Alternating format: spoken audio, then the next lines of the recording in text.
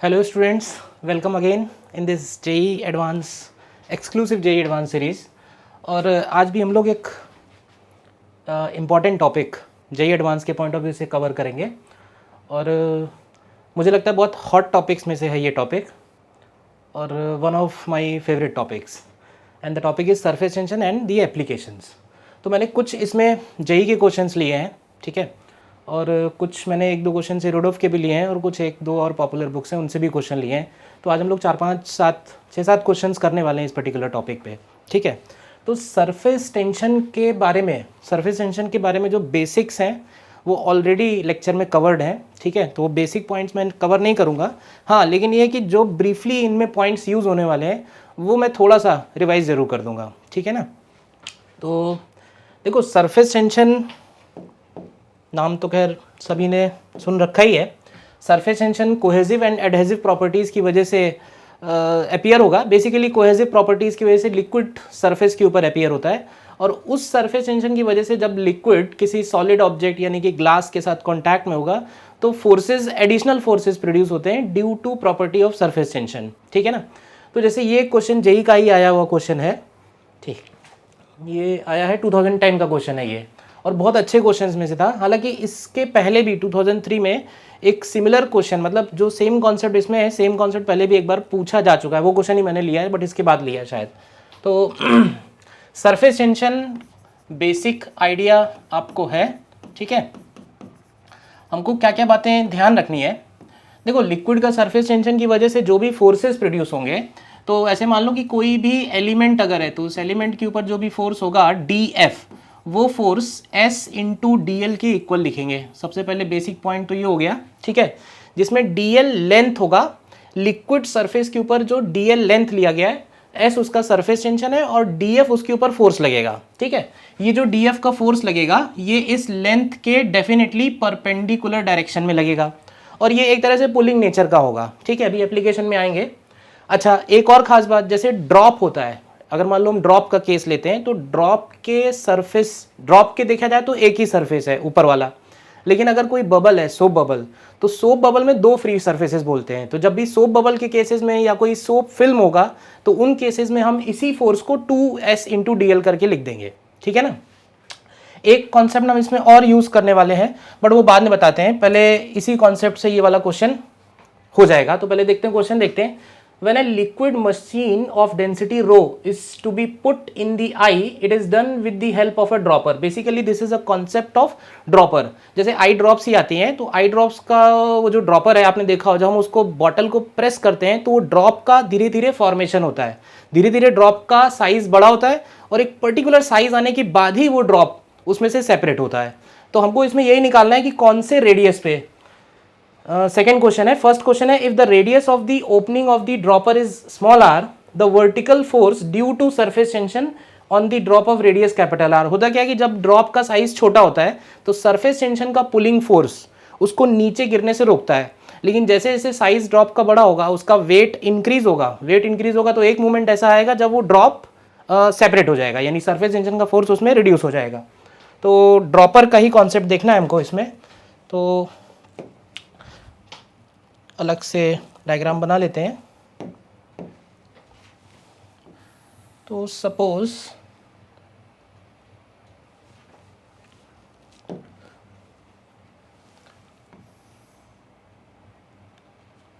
ये बेसिकली मैंने एक ड्रॉपर ले लिया है, लिक्विड ड्रॉपर, ठीक है, और इस लिक्विड ड्रॉपर का रेडियस हमको लेना है स्मॉल r, ठीक है। तो ये इसका रेडियस हो गया स्मॉल r, ठीक है। अब जब क्या होगा कि इसमें जब हम पीछे से, यानी बॉटल होगी इसके ऊपर, तो जब हम उस बॉटल को प्रेस करेंगे तो यहाँ से लिक्विड बाहर निकलेगा, तो लिक्विड का जो ड्रॉप है उसका साइज धीरे धीरे स्फेरिकल साइज होता जाएगा और लेट से ये रहा वो ड्रॉप। जब इस ड्रॉप का रेडियस, क्वेश्चन में लिखा हुआ है कि इस ड्रॉप का रेडियस कैपिटल R हो गया है, ठीक है ना, और कैपिटल R रेडियस पे जब ये ड्रॉप पहुंचा है उस वक्त सरफेस टेंशन का वर्टिकल फोर्स कितना लग रहा है देख लो एक बार फिर से। If the radius of opening of the dropper is small r, the vertical force due to surface tension on the drop of radius r। और स्मॉल आर को हमें कैपिटल आर से बहुत छोटा लेना है, ये भी देखेंगे कहाँ पे यूज़ हो जाता है। ठीक है, अब ऐसे देखो लिक्विड, मतलब ये तो लिक्विड है ना जो मैंने रेड से ड्रॉ किया है, लिक्विड के कुछ पार्टिकल्स उस ड्रॉपर से, जो भी प्लास्टिक का होगा सपोज, उससे भी स्टिक कर जाएंगे। ठीक है, क्यों स्टिक कर जाएंगे? Because of adhesive forces. ठीक है, अब वो लिक्विड के पार्टिकल्स जो बाकी ड्रॉप के, ये जो मैंने रेड कलर से एक सर्कमफरेंस बनाया, इनके ऊपर S इंटू DL का टेंजेंशियल फोर्स लगाएंगे। ठीक है ना, तो इसको भी हम अलग से अगर देखें, लेट्स से कि अगर ये कंप्लीट ड्रॉप है सपोज, ठीक है, तो इस कंप्लीट ड्रॉप के ऊपर अगर हम केवल ये वाला सेक्शन कंसीडर करें, ठीक है, अब आप ऐसे देखना, ये जो पॉइंट है, ये सारे पॉइंट्स पे S इंटू DL का फोर्स, यानी S इंटू DL का फोर्स दोनों तरफ के मॉलिक्यूल्स, मतलब उस सरफेस पे सरफेस टेंशन का फोर्स है। तो ये दोनों तरफ, मतलब ये ऊपर वाला जो पार्ट होगा, अगर मान लो ये कोई ड्रॉप है, तो ये जो ऊपर वाला पार्ट है वो इधर की तरफ खींच रहा है और जो नीचे वाला पार्ट है वो नीचे खींच रहा है। अब फिलहाल हमको कौन सा फोर्स लेना है? हमको फोर्स लेना है ये ऊपर वाला कंपोनेंट, क्योंकि जो पार्टिकल ड्रॉपर से स्टिक कर गए वो इस ड्रॉप के ऊपर क्या फोर्स लगा रहे हैं वो हमें कैलकुलेट करना है। तो ये हो जाएगा S इंटू डी एल, और अगर आप देखोगे तो इस तरह से थोड़ा हर जगह फोर्स जो होगा ना वो सरफेस के टेंजेंशियल होगा और अवे होगा। ठीक है, थोड़ा इस डायग्राम को थोड़ा ध्यान से ही समझना आप। ठीक है, अच्छा, इसके बाद अगर हम यहाँ पे इसका रेडियस कैपिटल R ले लें, ठीक है, और ये जो मैंने कैप लिया हुआ है इसका रेडियस स्मॉल r ले लें, तो आप ध्यान से देखो तो ये जो S इंटू डी एल है, ये S इंटू डी एल अगर यहाँ से फाई एंगल क्रिएट कर रहा है, फाई एंगल बना रहा है अगर, तो ये फाई है तो इधर वाला एंगल हो जाएगा 90 माइनस फाई, तो ये वाला एंगल जो अंदर बनेगा, ये जो ट्राइंगल है एक राइट एंगल ट्राइंगल, तो ये वाला एंगल भी फाई के इक्वल होगा। ठीक है, क्योंकि अगर पूरा फोर्स लिखा जाए तो इस पूरे फोर्स का मैग्नीट्यूड तो हो जाएगा S into 2 pi small r, लेकिन ये सारे कंपोनेंट वर्टिकल नहीं है तो डायरेक्टली ऐड नहीं कर सकते, बल्कि इनके कंपोनेंट्स ऐड होंगे। तो अगर इस एंगल को हम फाई ले लें तो वर्टिकल फोर्स हम लोग क्या लिखेंगे? F vertical will be equal to S into 2 pi r हो गया उसका सरकमफरेंस, और वर्टिकल कंपोनेंट लेना है तो वर्टिकल कंपोनेंट हो गया cos फाई। ठीक है, अब इस डायग्राम को आप ध्यान रखना क्योंकि ये डायग्राम कई जगह यूज होने वाला है। ये मैंने एंगल फाई कैसे कैलकुलेट किया है, इस ट्राइंगल में अगर आप देखो तो cos फाई की वैल्यू आपको small r upon capital R दिख जाएगी, तो ये वैल्यू आप यहाँ रख दो, तो S into 2 pi small r और cos फाई की वैल्यू हो गई small r upon capital R, तो ये टोटल फोर्स का वैल्यू हो जाएगा 2 pi S r square upon capital R, and this is the vertical force, effective vertical force ऐसे बोल सकते हैं, जो इस ड्रॉप के ऊपर की तरफ लग रहा होगा। ठीक है, कौन लगा रहा है? तो हम बोल सकते हैं इनडायरेक्टली ड्रॉपर लगा रहा है। ड्रॉपर इसलिए लगा रहा है क्योंकि लिक्विड के मॉलिक्यूल्स उस ड्रॉपर से जो परमानेंटली स्टिक कर गए बिकॉज ऑफ एडहेसिव फोर्सेस, वो ड्रॉपर का ही पार्ट बोल सकते हैं, तो ये ड्रॉपर इसके ऊपर फोर्स लगा रहा है। ठीक है ना, तो ये 2 pi S r square upon capital R, इन्होंने सरफेस टेंशन को T से रिप्रेजेंट किया है, खैर एक ही बात है, तो ये C वाला ऑप्शन हमारा इसमें करेक्ट आएगा। ठीक है, पैराग्राफ में आया था ये क्वेश्चन, तो इस पे 2 क्वेश्चन और भी थे। क्वेश्चन नंबर 2 है, अगर स्मॉल r गिवन है, रो गिवन है, G गिवन है, सरफेस टेंशन गिवन है, तो what is the radius of drop when it detach from the dropper is approximately word भी उसने लगा दिया। तो ये डिटैच कब होगी? तो देखो एक फोर्स तो इसके ऊपर हो गया ये Fv का फोर्स, और दूसरा फोर्स इसका खुद का वेट है, तो वो वेट हो गया सीधे सीधे mg। ठीक है, अब क्वेश्चन में एक बात और लिखी हुई है कि जो स्मॉल r है it is very very less than capital R। तो क्या है कि हम mg लिखते समय, mg लिखने के लिए क्या करेंगे, इसको ऑलमोस्ट हम कंप्लीट स्फेरिकल ड्रॉप ले लेंगे, मतलब थोड़ा सा पार्ट कम है तो उतना पार्ट हमको एक तरह से निगलेक्ट कर देना है। ठीक है, तो वर्टिकल फोर्स कितना निकाला? वर्टिकल फोर्स हो गया 2 pi S r square upon capital R, and this is equal to mg। तो टोटल वेट अगर हम निकालें इसका, तो वॉल्यूम हो जाएगा 4/3 pi capital R cube, and density of liquid हो जाएगा रो और इंटू G। तो आप देखो यहाँ से आपको R टू दी पावर 4 का वैल्यू मिल जाएगा। तो हालांकि थोड़ा कैलकुलेटिव क्वेश्चन हो जाएगा, जो भी वैल्यू आएगी उसकी पावर 1/4 करना रहेगा, ठीक है ना, ठीक है ना। तो आई होप ये वाला पार्ट आपको क्लियर है, ठीक है। इसके बाद उसने एक क्वेश्चन और दिया हुआ है, खैर वो भी हो ही जाएगा। After the drop detach its surface energy. तो सरफेस एनर्जी का भी फॉर्मूला हमको मालूम है। सरफेस एनर्जी अगर हमें ड्रॉप का लिखना है तो surface energy of a drop is surface area that is 4πr² into surface tension.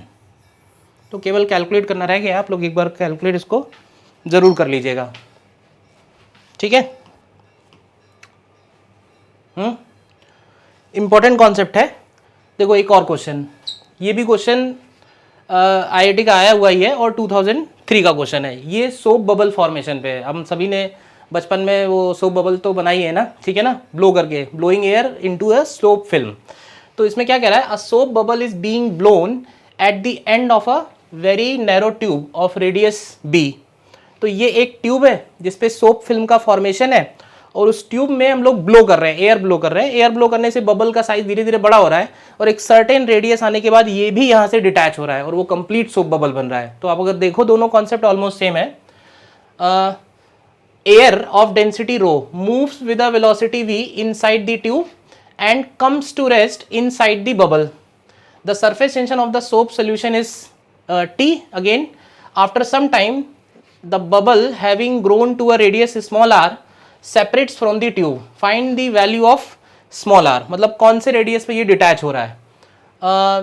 Again यहाँ पे भी सेम अप्रोक्सीमेशन, और ये क्वेश्चन 2003 का आप देखो तो small r is very very greater than b, so that you can consider the air to be falling normally on the bubble surface. मतलब इधर से जो एयर आ रही है, एयर के मॉलिक्यूल्स वो इस सरफेस पे टकराने के बाद रेस्ट पे आ जा रहे हैं, ठीक है ना। तो सारा का सारा मोमेंटम जो एयर है वो ट्रांसफर कर दे रही है बबल को, ठीक है ना, और वही एक तरह से फोर्स लगा रहा है इसको डिटैच होने के लिए, ठीक है। तो देखो इस क्वेश्चन के लिए भी हम लोगों ने जो वर्टिकल फोर्स लिया था, आप इसी को सपोज कर लो कि ये वर्टिकल कर दो, तो वही सेम टू सेम फोर्स, वही सेम टू सेम एक्सप्रेशन इसमें लगेगा।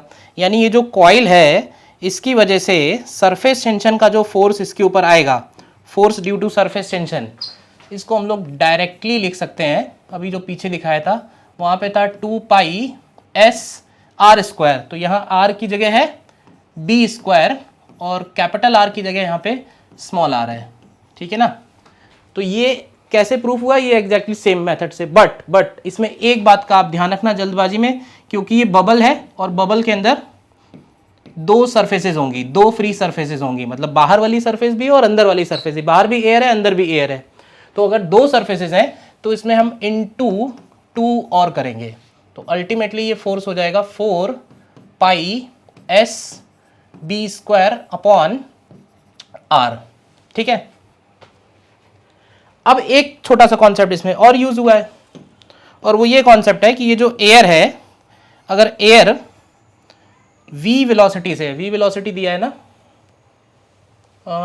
Air moves with a velocity v, ठीक है, डेंसिटी एयर का रो दिया हुआ है, तो v वेलोसिटी से एयर मूव कर रहा है, रो डेंसिटी का एयर है। और आप ध्यान से देखो एयर जिस एरिया से आ रहा है, अगर हम ये वाला एरिया निकालें तो ये वाला एरिया हो जाएगा b, इसका रेडियस है, तो एरिया हो जाएगा πb², ठीक है।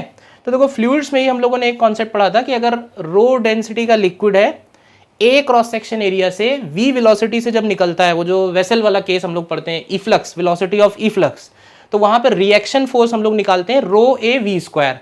तो वहां पे और यहाँ पे सेम कॉन्सेप्ट है। सेम कैसे है, लिक्विड वेसल के अंदर रेस्ट पे है और बाद में v वेलोसिटी से बाहर निकल रहा है। इसमें क्या हो रहा है कि v वेलोसिटी से आ रहा है फ्लूइड और बाद में वो रेस्ट पे आ जा रहा है, तो मैग्नीट्यूड अगर आप कैलकुलेट करोगे चेंज इन मोमेंटम तो वो सेम ही फोर्स आएगा। तो इस एयर की वजह से जो इसके ऊपर फोर्स लगेगा वो फोर्स हो जाएगा ρ(a)v², तो a की जगह हो गया πb² ρ(a)v²। और ये सेपरेट कब होगा, तो सेपरेट ये तब होगा जब ये एयर की वजह से जो फोर्स है और जो सरफेस टेंशन का फोर्स है, ये दोनों बैलेंस हो जाएंगे। तो इन्हीं दोनों को इक्वल कर देना है, तो ρ × πb² v² is equal to 4πs surface tension है b² अपॉन स्मॉल r। तो इसमें से कुछ कैंसिल हो रहा होगा, कैंसिल कर दो, पाई कैंसिल हो गया, बी स्क्वायर भी इनफैक्ट कैंसिल हो जा रहा है, तो यहाँ से स्मॉल आर का वैल्यू आ जाएगा 4s upon rho we square. ठीक है ना। देखो मैं स्टूडेंट्स को हमेशा ही बोलता हूँ कि जेई एडवांस के लिए देखो एक कैटेगरी तो वो हो गई जो लेट से टॉप 100 में रैंक चाहिए, तब तो अब आपको बहुत सारी बुक्स करनी पड़ेंगी। बट हाँ, अगर आपका एम ये है कि हाँ अभी हमारा 95% आया है या 97% आया है, 99 आया है और हमें किसी तरह जेई क्वालिफाई करना है, कोई भी सीट चाहिए, तो प्रीवियस ईयर आईआईटी आपके लिए सबसे ज़्यादा इंपॉर्टेंट है। क्योंकि मुझे ऐसा लगता है 30% क्वेश्चन 30-40% कॉन्सेप्ट जो है वो कहीं ना कहीं थोड़ा बहुत मॉडिफाई होके रिपीट ही होते हैं। तो प्रीवियस ईयर आईआईटी के क्वेश्चन आप लोग बहुत प्रॉपरली कर लीजिए। ठीक है ना। तो आई होप ये सरफेस टेंशन का बबल एंड ड्रॉप ये दो केस क्लियर है। देखो एक और क्वेश्चन ये आया हुआ है, बट इसका अगेन कॉन्सेप्ट अलग है, तो इसको थोड़ा बताना पड़ेगा। ये क्वेश्चन 2020 का ही क्वेश्चन है। इसमें कह रहा है when the water is filled carefully in a glass one can fill it to a height h above the rim. मतलब ग्लास तो जो वाटर ग्लास है वो तो सर्टेन हाइट का है, लेकिन हम धीरे धीरे अगर इसमें थोड़ा और वाटर डालें तो वाटर उसके ब्रिम से भी ऊपर आ जा रहा है और h हाइट तक वो वाटर स्टे कर रहा है। ठीक है, h से ज़्यादा में फिर वो क्या हो रहा है कि वाटर स्पिल कर जा रहा है। Water above the rim as a disc of thickness h having semi-circular edges as shown schematically in the figure. When the pressure of water at the bottom of this exceeds pressure of water at the bottom of disk, इसको ये disk बोल रहा है, exceeds what can be withstood due to surface tension, the water surface breaks near the rim. Water surface breaks near the rim and the water starts flowing from there. If the density of water, surface tension and acceleration are given, then h का value हमको find करना है। तो देखो इसके लिए हमको एक जो कॉन्सेप्ट चाहिए हमको,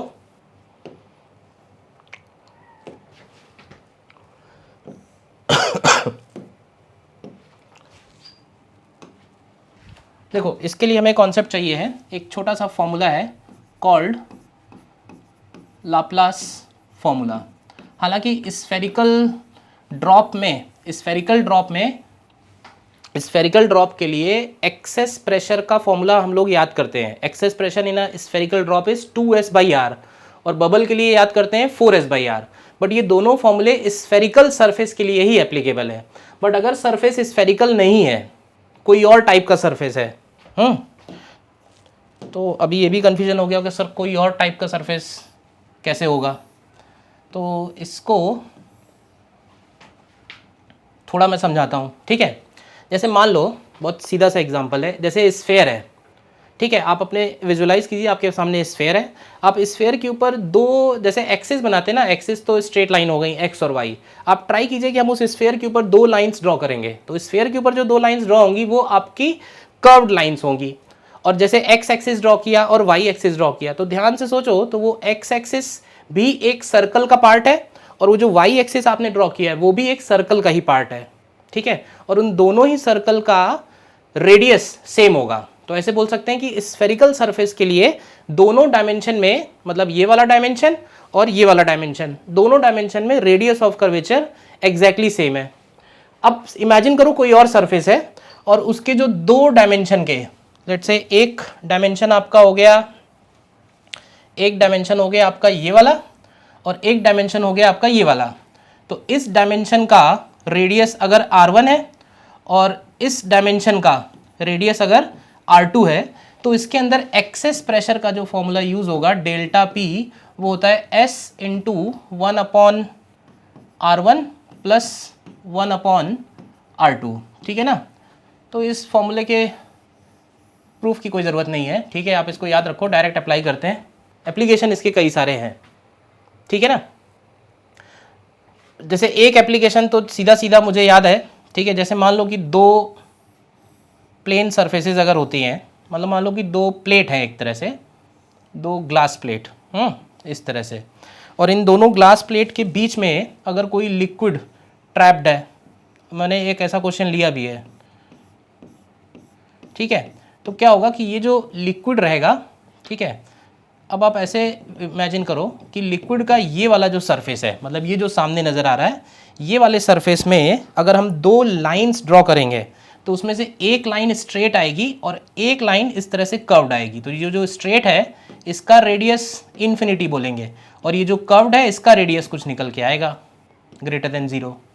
वो डिपेंड करेगा कि यहाँ पे कॉन्टैक्ट एंगल कितना है, ठीक है ना। तो ऐसी डिफरेंट सिचुएशन आ जाती हैं जहाँ पे सरफेस डिफरेंट कर्वेचर का होगा। तो जैसे आते हैं इस क्वेश्चन में अब इसने क्या किया ना, इस वेसल का तो उसने कुछ साइज दिया नहीं है, तो अगर इसका मतलब इसको हम बड़ा कंसीडर करें तो यहाँ पे ये जो डिस्क बन रही है, ये जो डिस्क बन रही है, ये जो पार्ट है, ये पार्ट अगर आपसे देखो ध्यान से, उसने लिख भी रखा है हैविंग सेमी सर्कुलर एजेस। तो इसका एक पार्ट तो आपका सीधे सीधे दिख रहा है कि इस पार्ट का जो रेडियस होगा, अगर ये सेमी सर्कल है तो इस सेमी सर्कल का जो रेडियस बनेगा यानी स्मॉल आर, तो वो स्मॉल आर सीधे सीधे h/2 के इक्वल आ जाएगा। लेकिन जो दूसरा वाला डायमेंशन है, लेट से जो हमें दिखाई नहीं दे रहा, तो हम मान के चल रहे हैं कि बड़ा वेसल है जिसका रेडियस ज़्यादा है, तो उस रेडियस की वजह से वो वाला पार्ट जो है, वो दूसरा वाला जो रेडियस है इसका, उसको हम इन्फिनिटी ले सकते हैं। अब इन दोनों की ज़रूरत हमें क्यों पड़ेगी? इन दोनों की ज़रूरत हमें पड़ेगी एक्सेस प्रेशर के लिए। तो एक्सेस प्रेशर की वैल्यू हो जाएगी, मतलब अगर हम इसको एक ड्रॉप कंसीडर कर रहे हैं तो इसके अंदर यानी कॉनकेव साइड पे प्रेशर हमेशा ज़्यादा होगा कॉन्वेक्स साइड से। तो कॉनकेव साइड का प्रेशर कॉन्वेक्स साइड के प्रेशर से कितना ज़्यादा होगा? तो ये हो जाएगा S bracket 1/R1 plus 1/R2। तो एक हो जाएगा 2/H और एक हो जाएगा 1/∞। तो ये वैल्यू आ जाएगी 2S/H के इक्वल। ठीक है, अब ये तो हो गया इसका एक्सेस प्रेशर। अब वो कह रहा है कि जैसे जैसे H की वैल्यू बढ़ती जाएगी, ठीक है ना, क्या होगा कि यहाँ पे जो बॉटम है, ये वाला जो पॉइंट है, यहाँ से वो पॉइंट ब्रेक होगा, यहाँ से वो जो सरफेस है वो ब्रेक होगी और लिक्विड फिर स्पिल कर जाएगा। तो इस पॉइंट पे अगर हम प्रेशर देखें ड्यू टू हाइट, क्योंकि जैसे जैसे हाइट बढ़ेगी ये वाला प्रेशर बढ़ेगा, इसकी वैल्यू बनेगी, इट इज सिंपली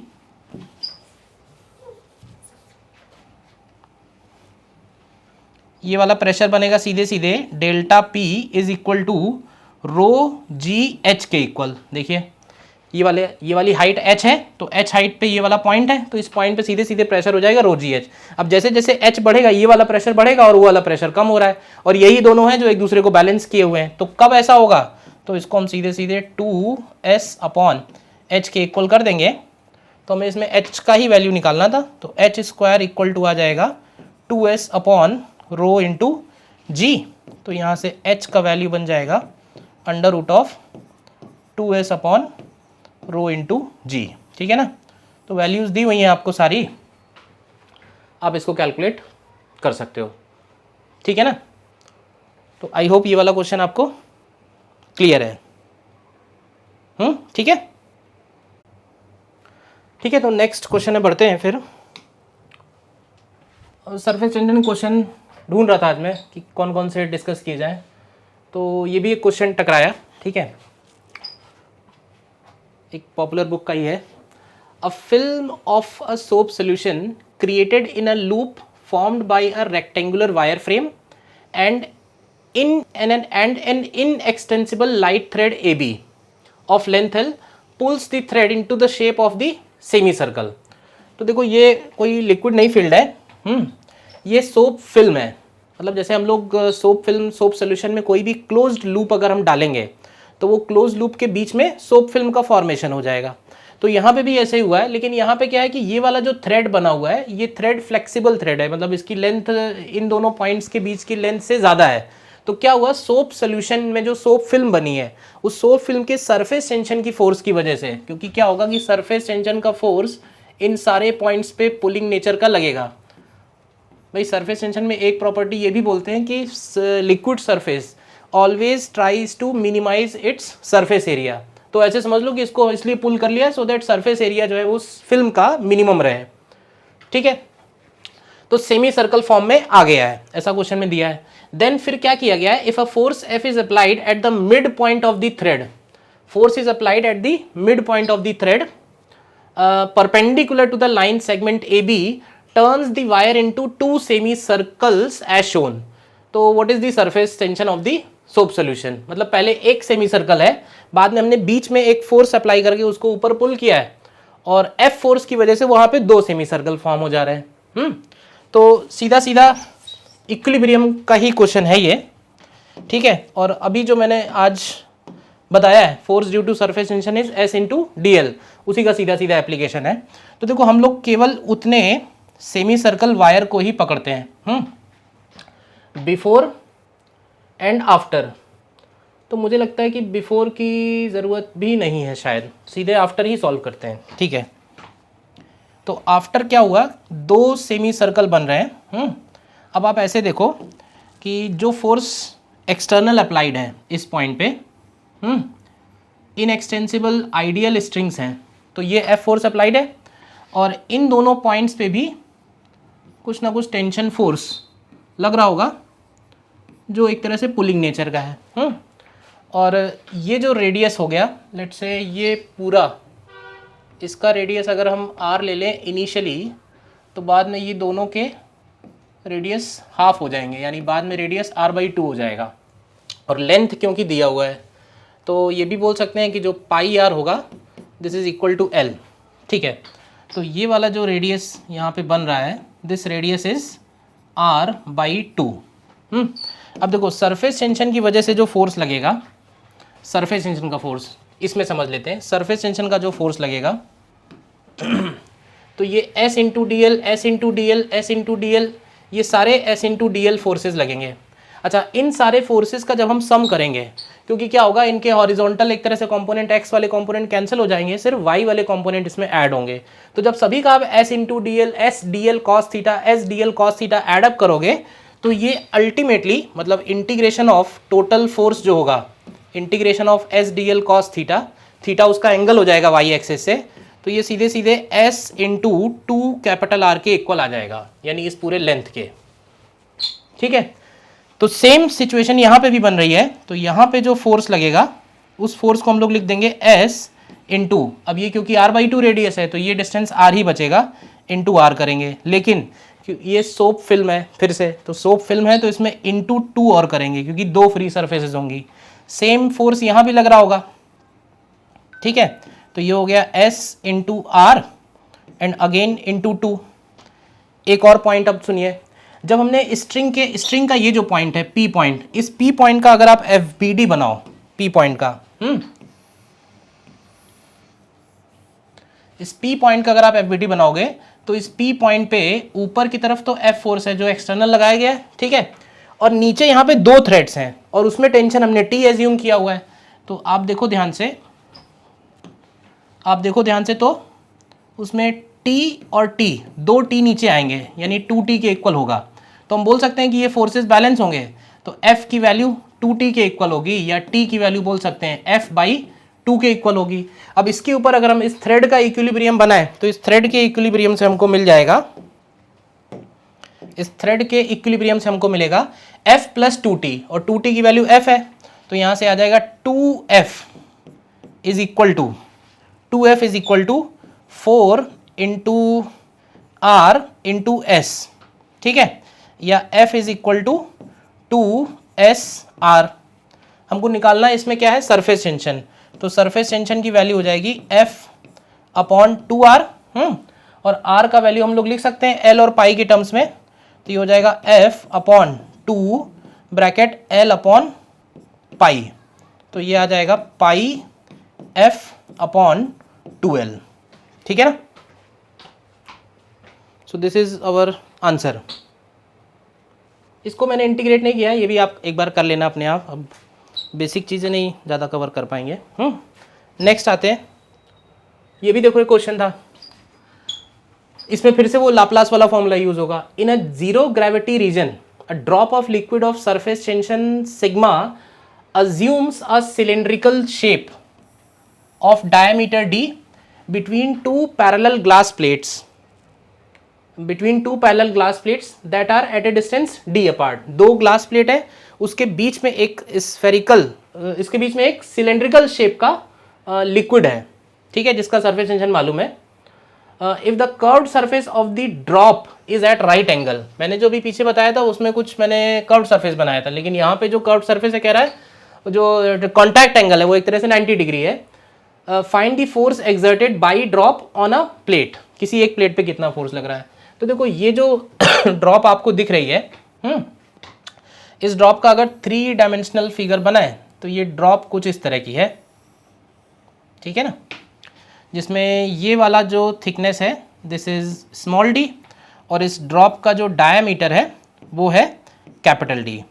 अब क्या होगा, जो कर्व सरफेस है, कर्व में जो कॉन्केव साइड है वहाँ पे प्रेशर ज़्यादा होगा एज कंपेयर टू बाहर का प्रेशर कम होगा, ठीक है ना, मतलब जो कॉन्केव साइड है वहाँ प्रेशर ज़्यादा होगा। तो इसमें अगर हम लोग चेक करें फिर से उसी तरीके से, अगर 2 लाइन बनाए तो एक लाइन ये हो गई और एक लाइन ये हो गई, तो ये वाली जो लाइन है इसका रेडियस हम लोग बोलेंगे इन्फिनिटी, ठीक है, और ये वाली जो लाइन है कर्व्ड लाइन जो x डायरेक्शन में है इसका रेडियस हमारा इस d पे डिपेंड करेगा और वो d/2 के इक्वल हो जाएगा।